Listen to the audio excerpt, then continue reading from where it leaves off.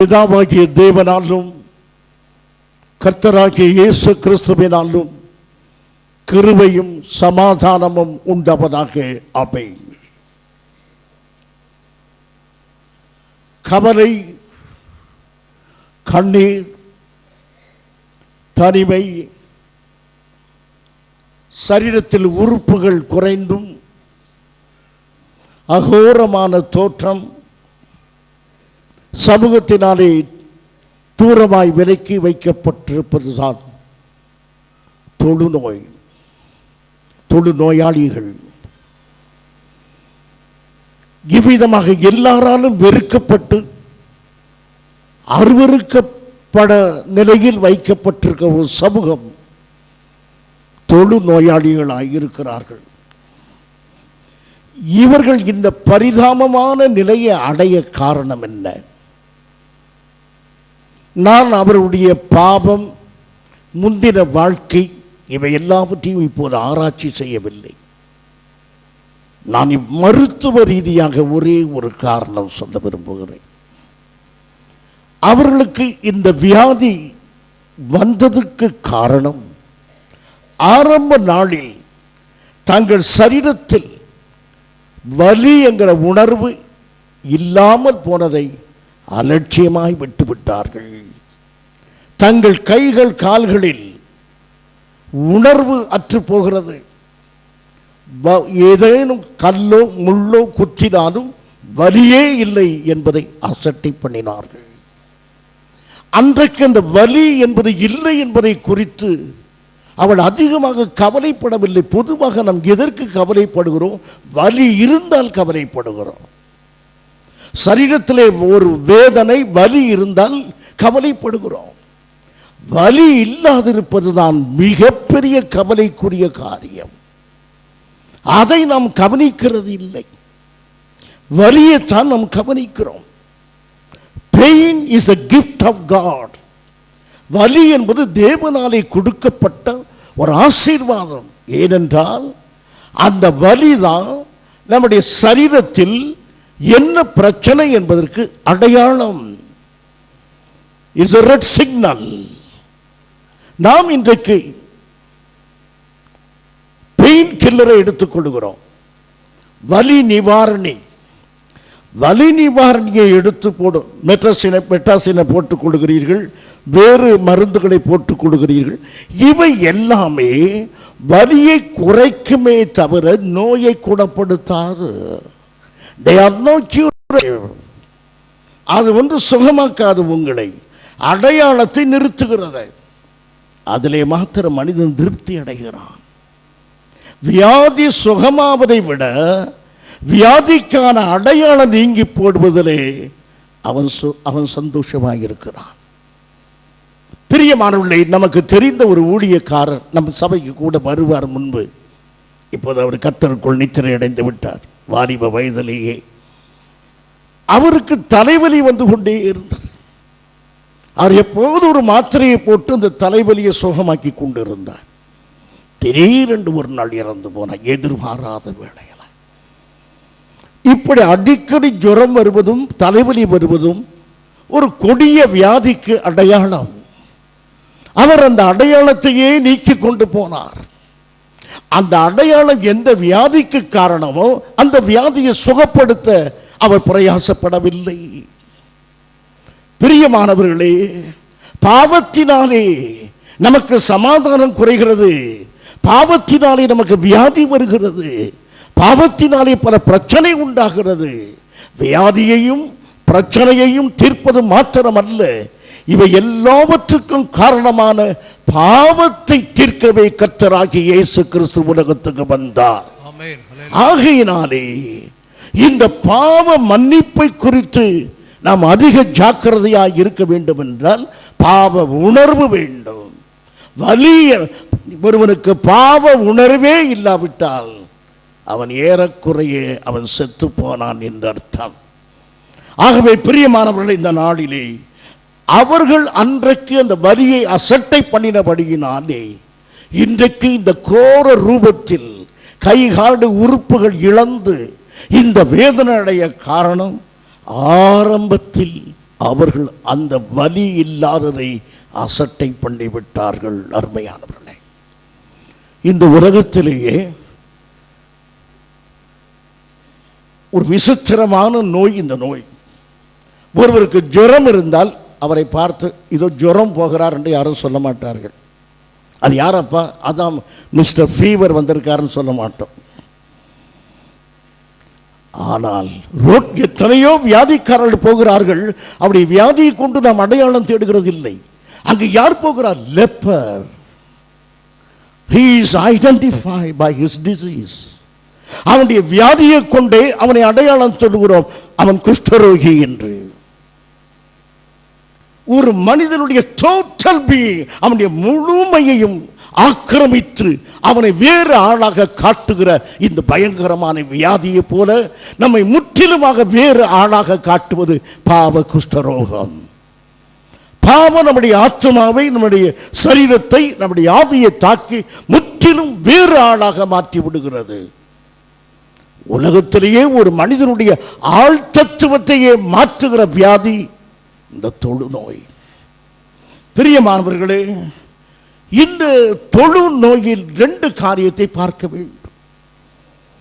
நோயாளியை சுகமாக்குவது என்பது வேறு, நோயை சுகமாக்குவது என்பது வேறு. அருமையானவர்களே, கர்த்தருடைய கிருபையினாலே நமக்கு ஒரு பெரிய மருத்துவமனை வேலூருக்கு கொடுக்கப்பட்டிருக்கிறது. இந்த மருத்துவமனையிலே ஏராளமான பேர் சிகிச்சைக்கு போகிறீர்கள். அங்கு உங்களுக்கு நோய் மாத்திரம் தீர வேண்டும் என்றால் எந்த ஆஸ்பத்திரிக்கு நீங்கள் போகலாம். என்னை பொறுத்தவரையும் சொல்லுகிறேன், நோய் தீர வேண்டும் என்றால் எந்த ஆஸ்பத்திரிக்கு போகலாம். நோயாளியும் சுகமாக்கப்பட வேண்டும். நோய் சுகமாக்கப்படுவது மாத்திரமல்ல, நோயாளியும் சுகப்படுத்த வேண்டும் என்றால் நீங்கள் கிறிஸ்டியன் மெடிக்கல் காலேஜ் ஹாஸ்பிட்டலுக்கு போங்கள். ஏன் அப்படி? there is a touch of Jesus in that hospital. அந்த ஆஸ்பத்திரியிலே உங்களுக்கு தேவனுடைய நாமத்திலே ஆறுதல் சொல்லப்படுகிறது. அங்குள்ள நர்சஸ் உங்களோடு பேசும்போது கிறிஸ்துவின் அன்பினாலே பேசுகிறார். பயப்படாதீர்கள், கர்த்தர் சுகமாக்குவார், நாங்கள் ஜெபம் பண்ணுகிறோம், எல்லாம் சரியாய் போய்விடும். இதுதான் நோயாளியை சுகமாக்குவது. இந்த நோயாளியை சுகமாக்குவது ஒரு வேலை, நோயை சுகமாக்குவது மற்றொரு வேலை. பிரியமானவர்களே, நாம் இப்போது இந்த குஷ்டரோகியை சுகமாக்குவது எப்படி, குஷ்டரோகத்தை சுகமாக்குவது எப்படி? குஷ்டரோகியை சுகமாக்குவது வேறு, குஷ்டரோகத்தை சுகமாக்குவது வேறு. லூக்கா சுவிசேஷம் 17ஆம் அதிகாரம் 13ஆம் வசனம் தான். லூக்கா 17:13. இயேசு ஐயரே, எங்களுக்கு இரங்கும் என்று சத்தமிட்டார்கள். வாசியுங்கள். அவர்களை அவர் பார்த்து, நீங்கள் போய் ஆசாரியர்களுக்கு உங்களை காண்பியுங்கள் என்றார். அந்தப்படி அவர்கள் போகையில், ஆசாரியரிடத்தில் போங்கள் என்று சொன்னார். அந்தப்படி அவர்கள் போகையில் சுத்தமானார்கள். அந்த நோயை சுகமாக்கிறது ஆசாரியர்கள் அல்ல. ஆசாரியர்கள் இந்த நோயை சுகமாக்கவில்லை. நோயை சுகமாக்கிறது யார்? இயேசு கிறிஸ்து. பிறகு ஏன் ஆசாரியரிடத்தில் போனார்கள்? ஆசாரியரிடத்தில் போவதனாலே அவர் சுத்தமாகிறார்கள். இயேசுவிடத்தில் வந்ததனாலே குணமாகிறார்கள். சுத்தமாகுதல் என்றால் என்ன? அவர்களை ஒதுக்கி வைத்தது, அவர்கள் தீண்டப்படாதவர்கள், தொடப்படக்கூடாதவர்கள், பாவிகள், அக்கிரமக்காரர்கள் என்று தள்ளி வைத்த நிலைமையில் இருந்து அவள் சுகமாவதுதான் நோயாளி சுகமாவது. தள்ளி வைக்கப்பட்ட நிலைமை, தொடக்கூடாது என்ற நிலைமை, அவளை சாபம் என்று எண்ணிய நிலைமை, இவை எல்லாவற்றிலும் அவள் விடுதலையாக்கப்படுவது யாராலே? ஆசாரியனாலே. ஆனால் தொழுநோய் சுகமாகுவது யாராலே? இயேசு கிறிஸ்துவினாலே. இயேசு நோயை சுகமாக்குவார். நீயோ நோயாளியை சுகமாக்கு சகோதரனே. நீ நோயாளிக்கு சொல்ல வேண்டிய ஆறுதலை சொல்லு. கர்த்தருடைய வார்த்தையை சொல்லுங்கள், தேவனுடைய ஆறுதலை சொல்லுங்கள். எல்லா நோயாளிகளும் நோய் சுகமாவதை மாத்திரம் அல்ல, தான் சுகமடைய வேண்டும் என்பதையும் அவன் வாஞ்சித்து இருக்கிறான். அருமையானவர்களே, ஆனால் ஆண்டவர் இங்கு 2 காரியத்தை செய்தார். அவனுடைய நோயையும் சுகமாக்கினார், அவனையும் சுகமாக்கினார். உங்களுக்கு விளங்குகிறதா நான் சொல்வது? வியாதி சுகமாவது என்பது அந்த வியாதியிலிருந்து நாம் விடுதலை பெறுகிறோம். இன்னும் சமுதாயத்தில் விடுதலை பெற வேண்டுமே, தாழ்வு மனப்பான்மையிலிருந்து விடுதலை பெற வேண்டுமே, அவை எல்லாவற்றையும் இயேசு கிறிஸ்து செய்து ஆசாரியரிடத்தில் அனுப்பி அவளை சுத்தமாக்கினார். அருமையான பிள்ளை, லூக்கா சுவிசேஷம் 17ஆம் அதிகாரம் 11ஆம் வசனம். பின்பு அவர் எருசலேமுக்கு பிரயாணம் பண்ணுகையில் அவர் சமாரியா கலிலேயா என்னும் நாடுகளின் வழியாக நடந்து போனார். வாசியுங்கள். அவர் ஒரு கிராமத்தில் பிரவேசித்த போது குஷ்டரோகம் உள்ள மனுஷர் 10 பேர் அவருக்கு எதிராக வந்து தூரத்திலே நின்றார்கள். 10 பேர் தூரத்திலே நின்றார்கள். அருமையானவர்களே, ஏன் அவர்கள் தூரத்தில் நின்றார்கள்? சமுதாயம் அவரை தூரத்தில் நிறுத்திற்று, கட்டுப்பாடுகள் அவரை தூரத்தில் நிறுத்திற்று. பிரியமானவர்களே, இன்றைக்கு பாவியான மனிதர்கள் கிறிஸ்துவண்டை வர முடியாதபடி அவளை தூரத்தில் நிறுத்தியிருக்கிறது. ஜாதி அவளை தூரத்தில் நிறுத்திற்று, சமுதாய பழக்க வழக்கங்கள் தூரத்தில் நிறுத்திற்று, கலாச்சாரம் பண்பாடு என்ற பெயர்கள் அவளை தூரத்தில் நிறுத்திற்று. இயேசுவண்டை வர முடியாதபடி அவளை தூரத்தில் நிறுத்திவிட்டது. பிரியமானவர்களே, இவர்களில் 9 பேர் யூதர்கள், ஒருவன் சமாரியன்.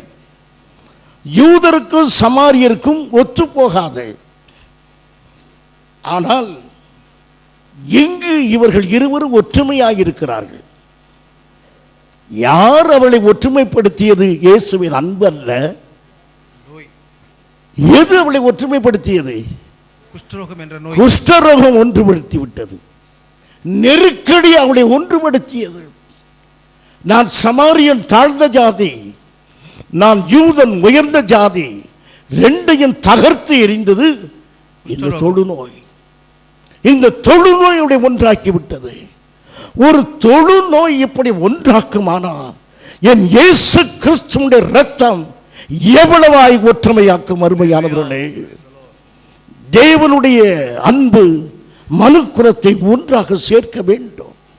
இங்கு தொழுநோயானது ஒன்றாக சேர்த்தது. பிரச்சனையோ இன்றைக்கு வேலூரிலே திடீரென்று ஒரு பிரச்சனை குறித்து சொல்வார்கள். ஒரிசாவிலே கிறிஸ்தவர்களை அடிக்கிறார்கள். உடனே நாம் எல்லாரும் ரோமன் கத்தோலிக், சிஎஸ்ஐ, பென்டிகாஸ்ட் எல்லாரும் கோட்டை மைதானத்திற்கு கூடி ஓங்கி சத்தம் போடுவோம், அரசே கிறிஸ்தவர்களுக்கு தீங்கு செய்யாது என்று. எதுவரைக்கும்? அந்த உணர்வு இருக்கிற வரையிலும்.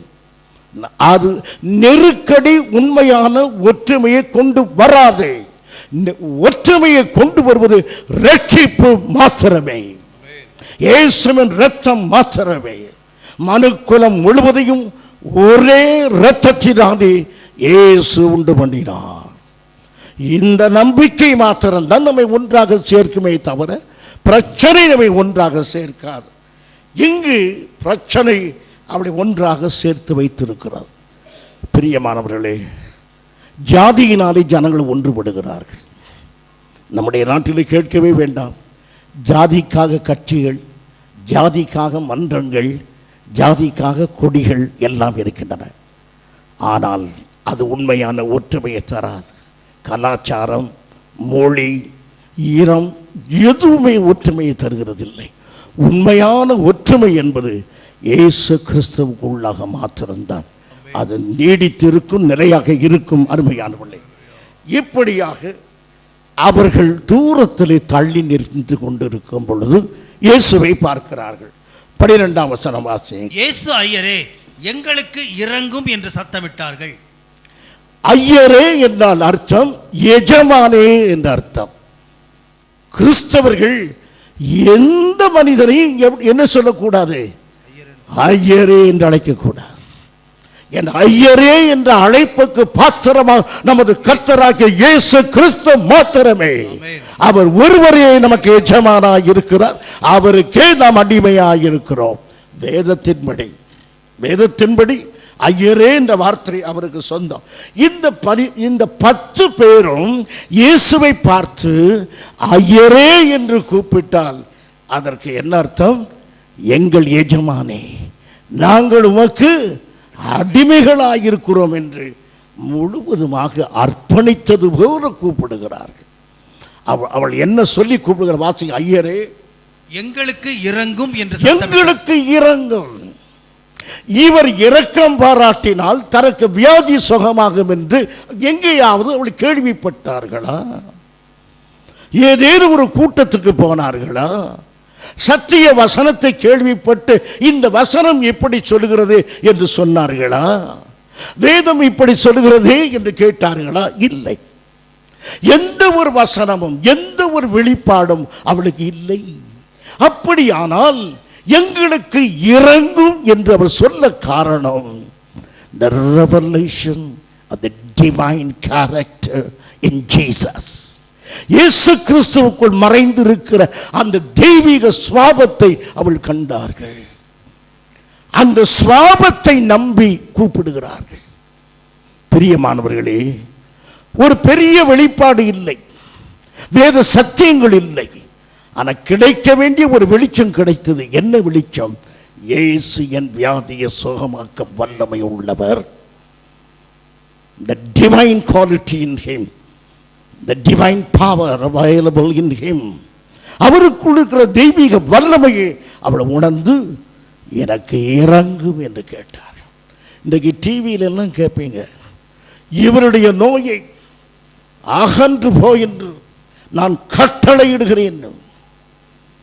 ஆனால் வேதத்தில் இறங்கும் இயேசுவே எனக்கு உதவி செய்யும் என்று மன்றாடி கேட்ட ஜெபங்கள் அதிகமாக இருக்கின்றன. அருமையானவர்களே, நமக்கு வியாதியை கர்த்தர் சுகமாக்க வேண்டும் என்று எந்த அதிகாரம் கிடையாது. இன்றைக்கு மலிவு பிரசங்கிமார்கள் சொல்லுகிறார்கள், நீங்கள் கட்டளையிடலாம், அது நின்றுவிடும். என் ஆண்டவருடைய கிருபை, என் ஆண்டவருடைய இரக்கம் நம்முடைய வியாதிகள் சுகமாகின்றன. ஆகவே அவருடைய கிருபையை பற்றி கொள்ளுங்கள், உங்கள் அதிகாரத்தை பற்றி கொள்ளாதீர்கள்.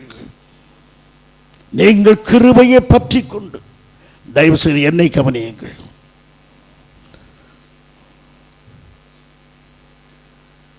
எனக்கு இறங்கும் என்று சொல் 10 பேரும் ஒன்று போல சத்தம் போடுகிறார்கள். இயேசு தனக்கு இறங்கினால் மாத்திரம்தான் வியாதி சுகமாகும் என்ற அந்த வெளிப்பாட்டை பெற்றார்கள். பிரியமானவர்களது குஷ்டரோகி பெற்ற அந்த ஒரு வெளிப்பாடாவது நமக்கு இருக்கிறதா? அருமையானவர்களே, இயேசு என்னை சுகமாக்க வல்லமை உள்ளவர் என்பதை விசுவாசிக்கிறீர்களா? தேவன் மீது தளர்ந்து மனிதன் மீது வளர்ந்து இருக்கிறது. ஆனால் இவர்களோ எந்த விதமான வெளிப்பாடு இல்லாதபடி அப்படி யாரை நோக்கி கூப்பிடுகிறார்கள்? இயேசுவே, ஐயரே எனக்கு இறங்கும் என்று சொன்னார்கள். அருமையானவர்களே, இவ்விதமாக வாசி. அடுத்ததாக 14ஆம் வசனம், 13ஆம் வசனம் வாசி. 13. இயேசு அவர் ஐயரே எங்களுக்கு இறங்கும் என்று சத்தமிட்டார்கள். குஷ்டரோகி ஒரு மனிதருக்கு குஷ்டரோகம் இருக்கிறது என்பதற்கு ஒரு அடையாளம் அவனுடைய சத்தம் குறைவாக இருக்கும். சத்தம், அதிகமான சத்தம் கேட்காது. என் பிரியமான சகோதரி சகோதரி, சத்தமே போட முடியாத நிலைமையிலே அவர்கள் எங்கு சத்தமிட்டார்கள்? இயேசுவை நோக்கி. செய்ய முடியாத ஒரு காரியம், சத்தமே கேட்காது. ஆனால் இயேசுவை பார்த்தவுடனே அவருடைய பலவீனம் பலமாக மாறுகிறது. நான் அவரை கூப்பிட போகிறேன் என்று சத்தமிட்டு கூப்பிட்டார். அருமையானவர்களே, இப்போது பாருங்கள், அவர்களை அவர் பார்த்து நீங்கள் போய் ஆசாரியர்களுக்கு உங்களை காண்பியுங்கள் என்றார். ஏன் தொட்டு சுகமாக்கவில்லை? ஏன் அவளை தொடவில்லை? அந்த குஷ்டரோகியை தொட்டு சுகமாக்காமல் ஏன் விட்டார்? பிரியமானவர்களே, இவள் கூப்பிடும்போதை எப்படி கூப்பிட்டிருக்கிறார்கள்? ஐயரே, எஜமானே. அவரை சுகமாக்க கர்த்தர் எந்த வழியையும் பின்பற்ற கர்த்தருக்கு உரிமை உண்டு. எந்த முறையிலும் கர்த்தர் சுகமாக்க முடியும். அவரை தொட்டு சுகமாக்க முடியும், ஒரு வார்த்தையை சொல்லி சுகமாக்க முடியும், அருகில் உள்ள குளத்தில் குளியென்று சொல்லியும் சுகமாக்க முடியும்.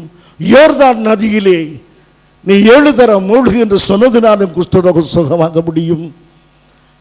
எந்த வழியிலும் கர்த்தர் சுகமாக்குவார்.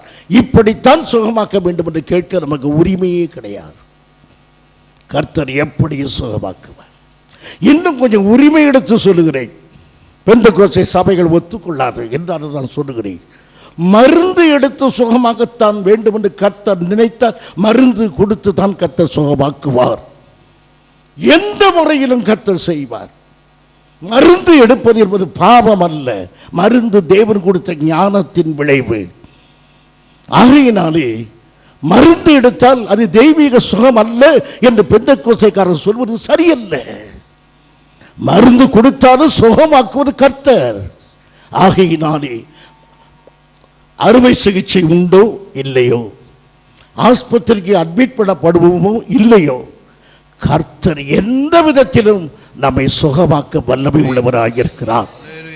ஐயரே, எஜமானனே, எது உமக்கு சித்தமோ அதை செய்யும் என்று அவருக்கு நாம் ஒப்பு கொடுத்து விட வேண்டும். அருமையானவர்களே, இப்படி செய்வதுதான் அவரை ஐயரே என்று கூப்பிடும் அர்த்தம்.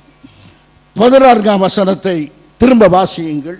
அவர்களை அவர் பார்த்து, நீங்கள் போய் ஆசாரியர்களுக்கு உங்களை காண்பியுங்கள் என்றார். அந்தப்படி அவர்கள் போகையில் சுத்தமானார்கள். அவர் ஒன் ஸ்டெப் ஆசாரியரிடத்தில் போக வேண்டும் என்று ஒரு அடி எடுத்து வைக்கிறார்கள். உடனே அவர் சுகமானார். 10 பேரும் சுகமாகிவிட்டார்கள். ஆசாரியரிடத்தில் இன்னும் போகவில்லை, சுகமாகிவிட்ட. எது அவளுக்கு சுகத்தை கொடுத்தது? கீழ்ப்படிதல். என்னை ஏன் அங்கு போக சொல்லுகிறீர் என்று கேட்கவில்லை. பிரியமானவர்களே, ஆண்டவர் எதை செய்ய சொன்னாலும் அதற்கு கீழ்ப்படுகிறேன் என்று சொல்லுகிறவர் மாத்திரமே அவரை ஐயரே என்று கூப்பிட முடியும், ரபி என்று அவரை கூப்பிட முடியும், பிதா என்று கூப்பிட முடியும், ஆண்டவரே என்று கூப்பிட முடியும். அவருடைய சித்தத்துக்கு நம்மை ஒப்பு கொடுப்பது.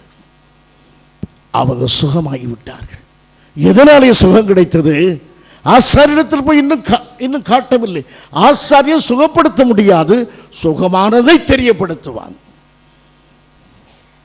எந்த ஊழியக்காரனும் வியாதியை சுகமாக்க முடியாது, சுகமானதை உங்களுக்கு தெரியப்படுத்துகிறார். கர்த்தர் ஒரு வியாதியை இப்பொழுது சுகமாக்கி விட்டார் என்று உங்களுக்கு தெரியப்படுத்துகிறேன். இதுதான் ஒரு ஊழியக்காரன் செய்கிற வேலை. ஊழியக்காரன் எந்த வியாதியும் சுகமாக்க முடியாது, அவன் மூலமாய் கர்த்தர் தான் சுகமாக்குகிறார். ஆகையினாலே இங்கேயும் ஆசாரியன் சுகமானதை தெரியப்படுத்துவான். அங்கு போவதற்கு முன்பே அவர்கள் சுகமாகி விட்டார்கள். சமுதாயத்துக்கு ஆசாரியன் தெரிவிப்பான். இவ்விதமாக அவளை கற்று அவளை முற்றிலுமாக அவளை சுகமாக்கினார். வாசியுங்கள் 15ஆம் வசனம். அவர்களில் ஒருவன் தான் ஆரோக்கியமானதை கண்டு திரும்பி வந்து உரத்த சத்தத்தோட தேவனை மகிமைப்படுத்தினான். இப்போது ஒருவன் சுத்தமானேன் என்று அவனுக்கு தெரியாது. ஏனென்றால் அவன் எங்கு போகவில்லை, ஆசாரியனிடத்தில் போகவில்லை. ஆசாரியனிடத்தில் போனால் தான் அவன் சுத்தமாயிட்டான் என்று அவன் அறிவிப்பான். இப்போது அவன் சுகமாய் இருக்கிறான். அது புறம்பாக தெரிகிறது, சுகமாய்விட்டான். அவன் சுகமாகிவிட்ட உடனேயே சுத்தமாவதற்கு என்று உலகம் சொல்வதற்கு முன்பு அவன் ஆண்டவரிடத்தில் ஓடி வந்தான். நன்றி உணர்வு அவனை திரும்பவும் இழுத்து பிடித்தது. The gratitude toward Jesus pulled him back. இயேசுவை நோக்கிய அன்பு, நன்றி அவனை திரும்ப இழுத்தது. போக விடாதபடி இயேசுவிடத்தில் வா என்று இழுத்தது. அவன் என்ன சொல்கிறான்? வாசிங்க 15ஆம் வசனத்தை வாசிங்க. அவருடைய பாதத்தருகே முகம் குப்புற விழுந்து, அதல்ல, அவன் என்ன செய்கிறான்? தேவனை மகிமைப்படுத்தினான். உரத்த சத்தத்தோடு, உரத்த சத்தத்தோடு. அவன் குஷ்டரோகி, அவனால என்ன செய்ய முடியாது? உரத்த சத்தமாய் பேசவே முடியாது. கொஞ்ச நேரத்துக்கு வந்து சத்தமாய் பேசினான். இப்போது சுகமான உடனே என்ன செய்கிறான்? உரத்த சத்தமாய் பேசுகிறான். ஏன் நம்மில் அந்த உரத்த சத்தம் கேட்கவில்லை? இயேசுவே மெய்யான தேவன் என்று வேலூரிலே ஏன் அது சத்தம் கேட்கவில்லை? குஷ்டரோகம் முழுதும் சுகம் ஆகல. இன்னும் பாவத்தில் இருக்கிறது. இன்னும் மனிதன் பாவத்தில் இருக்கிறபடியினாலே சத்தமா இயேசுவை பிரசங்கம் பண்ண முடியவில்லை. இயேசு ஒருவரே தேவன் என்று சொல்ல கிறிஸ்தவனுக்கு பயம். என் இயேசு பெரியவர் என்று எழுதுவதற்கு பயம். என் பிரியமான சபையே, உரத்த சத்தமாய் சொல்லுங்கள், நீங்க சுகமாக்கப்பட்டிருக்கிறீர்கள். ஹல்லேலூயா. கர்த்தர் உங்கள் பாவங்களை மன்னித்திருக்கிறார். உரத்த சத்தமாய் சொல்லுங்கள், இயேசு ஒருவரே தேவன், அவரை அன்று வேறு தேவனே இல்லை. இப்படி சொல்வதனாலே எல்லாம் நடந்துவிடும் என்று சொல்வதற்கு வரவில்லை. இதையாவது சொல்லுங்கள், சத்தமிட்டு சொல்லுங்கள் அருமையானவர்களே. உரத்த சத்தம். இன்றைக்கு ஏன் இந்த சத்தம் கேட்கவில்லை அருமையானவர்களே? திருச்சபைகள் முணுமுணுக்கின்றன. இயேசு நல்லவர். இன்னும் சில முணுமுணுப்பு. இயேசு ஒரு கண்ணீர் யாவையும் துடைப்பார், தொட்டிலிட்டு தாளாட்டுவார், தினம் தினம் தூங்க வைப்பார், காலையிலே எழுப்பி கண்ணீர் துடைப்பார். என் பிரியமான சபையே, இயேசு நியாயாதிபதியாய் வந்து கொண்டிருக்கிறார். இதோ உலகத்தின் மீது அக்கினியை போட வந்து அது இப்பொழுதே பற்றி எறிய வேண்டும் என்று இருக்கிறேன். இதையெல்லாம் சொல்லுகிறீர்களா? உரத்த சத்தமாய் சொல்லுங்கள். இந்த தேசத்துக்கு ஆபத்து. உரத்த சத்தமாய் சொல்லுங்கள். பாவத்தினால் இந்த தேசத்துக்கு பயங்கர ஆபத்து வரப்போகிறது. ஆகவே பாவத்தை குறித்து சொல்லும்போது சத்தத்தை உயர்த்தி இந்த தேசத்துக்கு சொல்லுகிற திருச்சபையில் சத்தம் கேட்கிறதா அருமையானவர்களே? இந்தியர்களாகிய நாம், வேலூர் மக்களாகிய நாம் இந்த சத்தத்தை உயர்த்தாதபடியினாலே அமெரிக்க நாட்டு சகோதரர்கள் வேலூர் பட்டணத்துக்கு வந்து சத்தத்தை உயர்த்த வேண்ட காரணம் என்ன? வேலூர் பட்டணம் குஷ்டரோகி. இது சத்தமாய் பேச தெரியாத பட்டணம். இது உரத்த சத்தமாய் பேச தெரியாத பட்டணம்.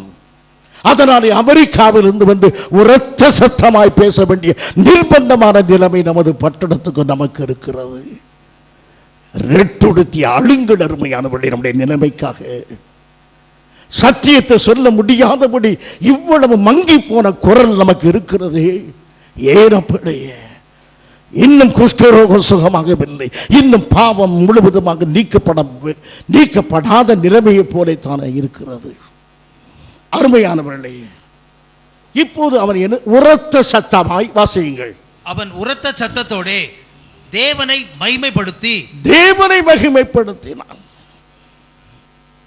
ஆசாரியனிடத்தில் போய் ஆசாரியனை மகிமைப்படுத்தி கொண்டிருக்கவில்லை. யாரை மகிமைப்படுத்தினான்?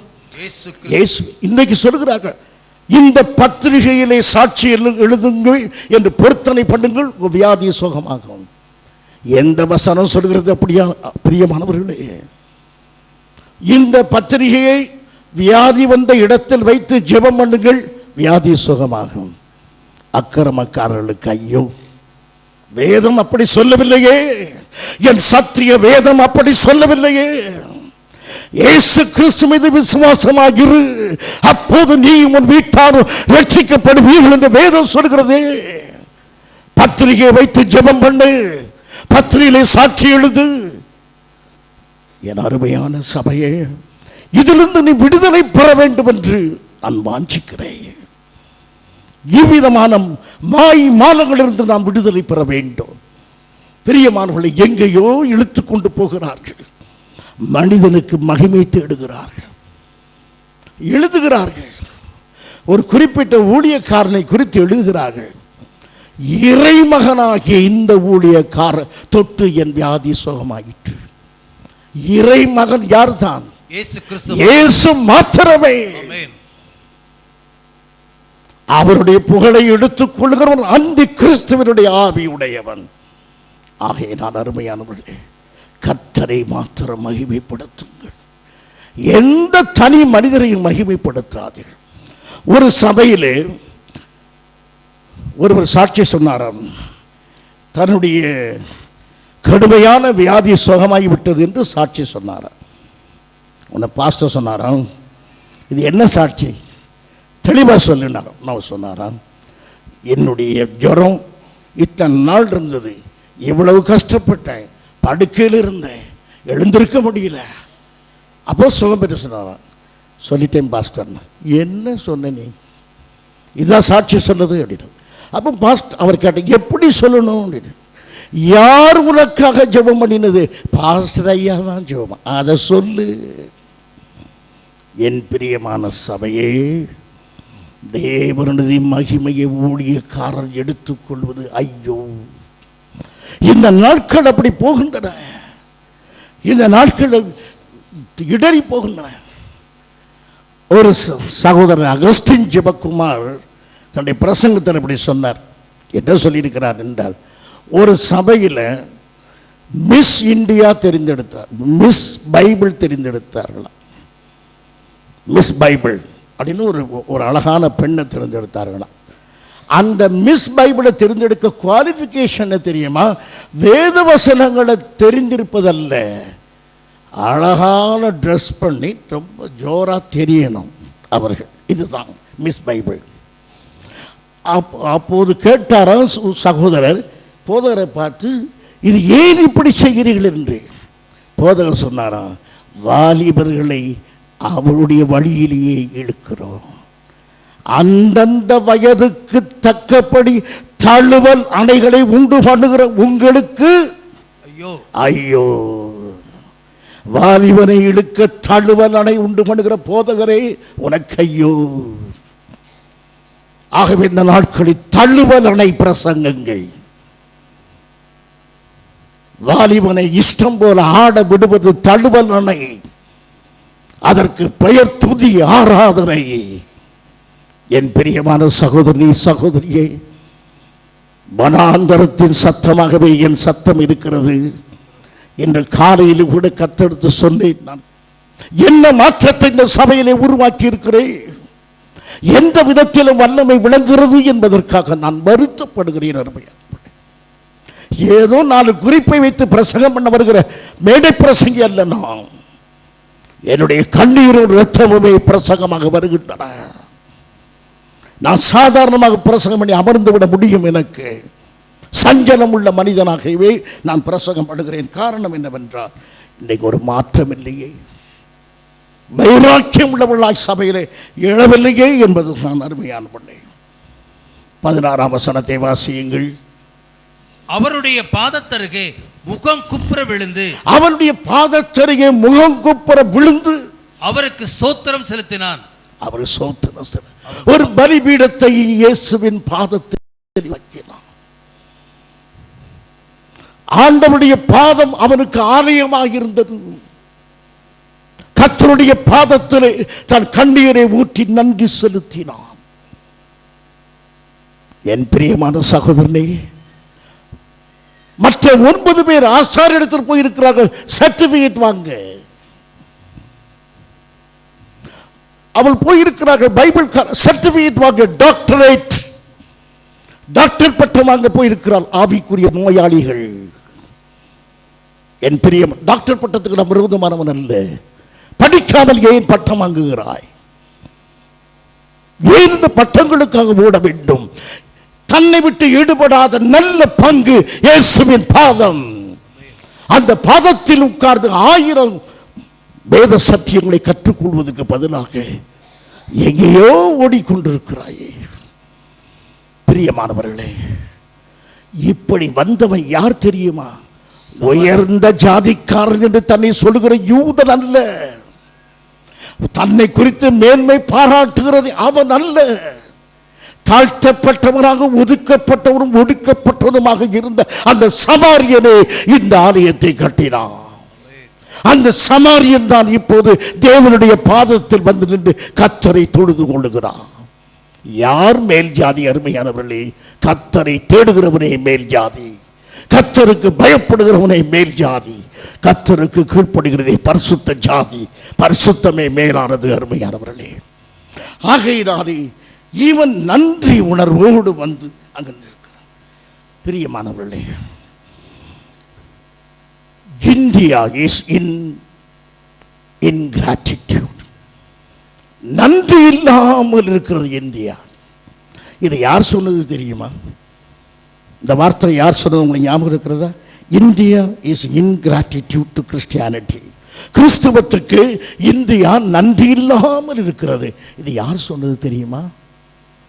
Sangma, the speaker of the earlier parliament or former parliament.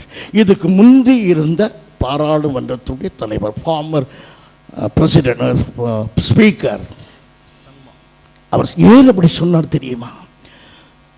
பாராளுமன்றத்தை பார்த்து கேட்டார், கிறிஸ்துவத்துக்கு விரோதமாக பல காரியத்தை பேசுகிறீர்கள், சட்டங்கள் கொண்டு வருகின்றன.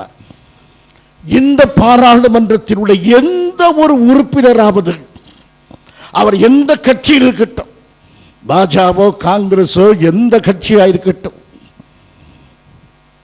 ஒரு கிறிஸ்தவ பள்ளிக்கூடத்தில் படிக்காத யாதேனும் ஒருவர் இங்கு வந்திருக்கிறீர்களா என்று கேட்டார்.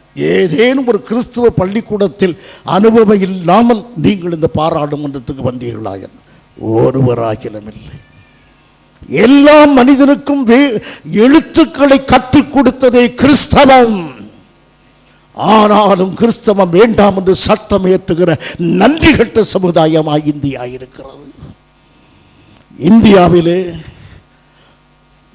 மருத்துவத்துறையிலே அதிகமான பணியை ஆற்றியது யார்? கிறிஸ்தவர்கள். தமிழ்நாட்டை பொறுத்தவரையிலும் தமிழனுக்கு தமிழ் எழுத்து வடிவம் கற்றுக் கொடுத்தது கிறிஸ்தவன். மொழிகளுக்கு இலக்கணம் வைத்து கொடுத்தவன் கிறிஸ்தவன். தமிழ் மொழியை அச்சடித்து கொடுத்தவன் கிறிஸ்தவன். இன்றைக்கு சொல்லுகிறார்கள், கிறிஸ்தவனை வெளியேறு. நன்றி இல்லாத சமுதாயம். நீங்கள் என்ன சொல்கிறீர்கள் அருமையானவர்களே? கர்த்தர் நமக்காக எல்லாவற்றையும் செய்கிறவர். ஆனால் நாம் சும்மா இருப்பதா? நம்முடைய வேலையை செய்யவே மாட்டோமா? பிரியமானவர்களே, நேற்று உபவாச ஜெபம் எத்தனை பேர் போனீர்கள்? சனிக்கிழமை ஜெபம் எத்தனை பேர் வருகிறீர்கள்? மாலை ஊழியம் எத்தனை பேர் போகிறீர்கள்? எதை சொன்னாலும் நாங்கள் கேட்க மாட்டோம். அதனால தான் சொன்னேன், நான் ஏன் பிரசங்கம் பண்ண வேண்டும் என்று. எதை சாதித்திருக்கிறோம்? என்ன நடந்தது அருமையானவர்களே? ஆகவே இன்றைக்கு நன்றி இல்லாத உணர்வு அதிகமாக இருக்கிறது. 17ஆம் வசனம் வாசியுங்கள். 17. அப்பொழுது இயேசு, சுத்தமானவர்கள் 10 பேர் அல்லவா, மற்ற 9 பேர் எங்கே? ஆண்டவர் தேடுகிறார். அந்த 9 பேர் எங்கே? சுகமான 9 பேர் போய்விட்டார்கள். ஏன் போய்விட்டார்கள்? சமுதாயம் தடுத்தது, ஜாதி தடுத்தது, அந்தஸ்து தடுத்தது, கலாச்சாரம் தடுத்தது, நின்று விட்டார்கள். இந்த சமாரியன் மாத்திரம் இயேசுவை ஏற்றுக்கொண்டு இருக்கிறான். அருமையானவர்களே, அந்த 9 பேரை பேச சமயம் இல்லை. ஆனாலும் 1-2 வார்த்தை சொல்ல விரும்புகிறேன். ஒருவரிடத்தில் போய் கேட்போம், ஏன்பா இயேசு உன்னை சுகமாக்கினாரே, ஏன் நீ வரவில்லை? இயேசு சுகமாக்கினாரா? இயேசு என்ன சொன்னார்? நன்மை செய்ய திராணி இருக்கும்போது நன்மை செய்கின்றார். நான் குஷ்டரோகியாக இருந்தது நேற்றல்ல, எத்தனை வருஷமாய் குஷ்டரோகியாக இருந்தேன். என்னுடைய இளமை, என்னுடைய வாலிபத்தின் சக்தி எல்லாவற்றையும் நான் இழந்த பிறகு எனக்கு இந்த சுகம் எதற்கு? நன்மை செய்யும் சக்தி இருந்து என்னை எப்போதே சுகமாக்கி இருக்கலாமே. இவ்வளவு காலம் தாழ்த்தி என்னை சுகமாக்கி என்ன பிரயோஜனம்? நான் வரமாட்டேன். இப்படி சொல்வது உண்டல்லவா? ஆனால் அதே சமயத்தில் என்னை கொன்று போட்டாலும் 9 பேரின் நம்பிக்கையாயிருப்பேன். பக்தன் யோபு. ஆனால் இன்றைக்கு கர்த்தர் எனக்கு அப்போது ஏன் இதை செய்யவில்லை? எனக்கு ஏன் உத்தியோக உயர்வு தரவில்லை? எனக்கு ஏன் வியாதியை 2 வருஷத்துக்கு சுகமாக்கவில்லை? எத்தனை கேள்விகள்.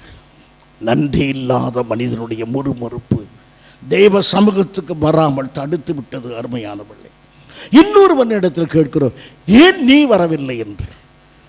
அதை ஏன் கேட்கிறாய்ப்பா? ஏற்கனவே எனக்கு தெருவோரம் தான், எனக்கு பிளாட்ஃபாரம் தான், எனக்கு மாளிகை. நான் குஷ்டரோகியா தெருவிலே படுத்து கிடக்கிறேன். சரி, இவர் நம்மை சுகமாக்கி விட்டார், இவரோடு போகலாம். வருத்தப்பட்டு பார சுமக்கின்றவர்களே என்னண்டை வாருங்கள் என்று சொன்னார். போகலான்னு புறப்படும் போது சொல்லுகிறார், எனக்கு தலை சாய்க்க இடமில்லை. இவரோட போய் எதுக்கு? ஏற்கனவே எனக்கு தலை சாய்க்க இடம் இல்லை, இவர் கூட போய் நான் என்ன செய்ய? எனக்கு இந்த இயேசு வேண்டாம். அருமையானவர்களே, வருத்தப்பட்டு பாரம் சுமக்கின்றவர்களே என்னண்டை வாருங்கள் என்று கூப்பிட்டார். எதற்கு கூப்பிட்டார்? தலை சாய்க்க இடமில்லாத இவர் ஏன் கூப்பிடுகிறார்? விளங்கிக் கொள்ளாத மாம்சீகம். உடனே சொல்கிறோம் அவனை பார்த்து, உனக்கு ஒரு அழைப்பை கொடுக்கிறார் அப்பா, நீ உன்னை விருத்து சிலுவை எடுத்துக்கொடு. சிலுவையா? இத்தனை நாள் சுமந்த குஷ்டரோகம் சிலுவை இல்லையா? இத்தனை நாள் நான் பட்ட பாடு எனக்கு சிலுவை இல்லையா? இன்னொரு சிலுவையா? பிரியமானவர்களே, மனிதன் ஆயிரம் காரணங்களை சொல்லுகிறான். ஆகவே இன்னும் ஒன்று சொல்லி நான் முடித்து விடுகிறேன். 9 பேரையும் பேச எனக்கு நேரம் இல்லை. ஒரு மனிதன் இயேசுவிடத்தில் நீ ஏன் வரவில்லை? ரொம்ப அருமையான அழைப்பு கொடுத்தார் எனக்கு. என்ன அழைப்பு? மத்தேயு 11:28. மத்தேயு 11:28.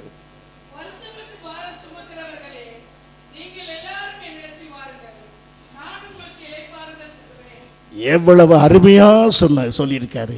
வருத்தப்பட்டு பாரம் சுமக்கின்றவர்களே என்னண்டை வாருங்கள், நான் உங்களுக்கு இளைப்பாறுதல். நீ குஷ்டரோகியே சுகமாய் விட்டாயே, இளைப்பாறுதலுக்கு அவரிடத்தில் வர வேண்டியதுதானே. அவர் வார்த்தையை முடிக்கவில்லை, தொடர்ந்து என்ன சொல்லுகிறார் பாருங்கள். 21. சாந்தமும் மனத்தாழ்மையுமாய் இருக்கிறேன், என் நுகத்தை உங்கள் மேல் ஏற்றுக்கொண்டு என்னிடத்தில் கற்றுக்கொள்ளுங்கள், அப்பொழுது உங்கள் ஆத்துமாக்களுக்கு இளைப்பாறுதல் கிடைக்கும். அவர் ஒன்று என் சுமையை சுமக்க மாட்டார், எக்ஸ்சேஞ்ச். அவர் சுமையை நான் சுமக்க வேண்டுமா, என் சுமையை அவர் சுமப்பாராம். ஏற்கனவே சுமை சுமந்து வந்திருக்கிறேன், இதில் அவர் சுமையும் சேர்த்து சுமக்க வேண்டுமா? வேண்டாம். ஆகவே இன்றைக்கு மனிதன் மாம்சிக ரீதியாக தர்க்கம் பண்ணி எவ்விதமாக அவன் தனித்து போய்விட்டான். இன்னொருவன் சொல்லியிருப்பான், நீ ஏன் வரவில்லை? இப்போதுதான் வியாதி சுகமாகி என் சொத்து சுகங்களெல்லாம் எனக்கு திரும்ப கிடைத்தது, இவரிடத்தில் போகலாம் என்று ஆசையாய் ஓடி வந்து இவர் யாருக்கோ சொல்லிக் கொண்டிருக்கிறார், உனக்குள்ளதெல்லாம் விற்று தரித்திருக்க கூடு, போய் வருகிறேன் இயேசுவை, வேண்டாம் இந்த உபதேசம். இப்பதான் பட்ட கஷ்டம் நீங்கிட்டுன்னு வருகிறேன், எல்லாவற்றையும் விற்று தரித்திரருக்கு கொடுக்க வேண்டுமாம். இப்படியாக நன்றி இல்லாத உலகம் தூரத்தில் தங்கி இருக்கும்போது ஒரு சமாரியன் அவருடைய பாதத்தில் விழுந்து கர்த்தரை தொழுது கொண்டான். இந்தியாவுக்கு நாம் இந்த நல்ல சமாரியனாக இருப்போம். இவன் ஒரு நல்ல சமாரியன், கர்த்தருக்கு நன்றி செலுத்தின நல்ல சமாரியன், கர்த்தருக்கு பாதத்தில் பலிபீடம் கட்டின நல்ல சமாரியன். இவனை போல நாம் இருப்போம். ஜெபம் பண்ணுவோம். கர்த்தரை ஸ்தோத்திரி, என் முழு உள்ளமே அவர் பரிசுத்த நாமத்தை ஸ்தோத்திரி. என் ஆத்துமாவே கர்த்தரை ஸ்தோத்திரி, அவர் செய்த சகல உபகாரங்களை மறவாதே. ஆமென். நம்முடைய கர்த்தராகிய இயேசு கிறிஸ்துவின் கிருபையும் பிதாவாகிய தேவனுடைய அன்பும் பரிசுத்த ஆவியானுடைய ஐக்கியமும் நம் அனைவரோடு கூட என்றும் இருப்பதாக. ஆமென். Praise the Lord.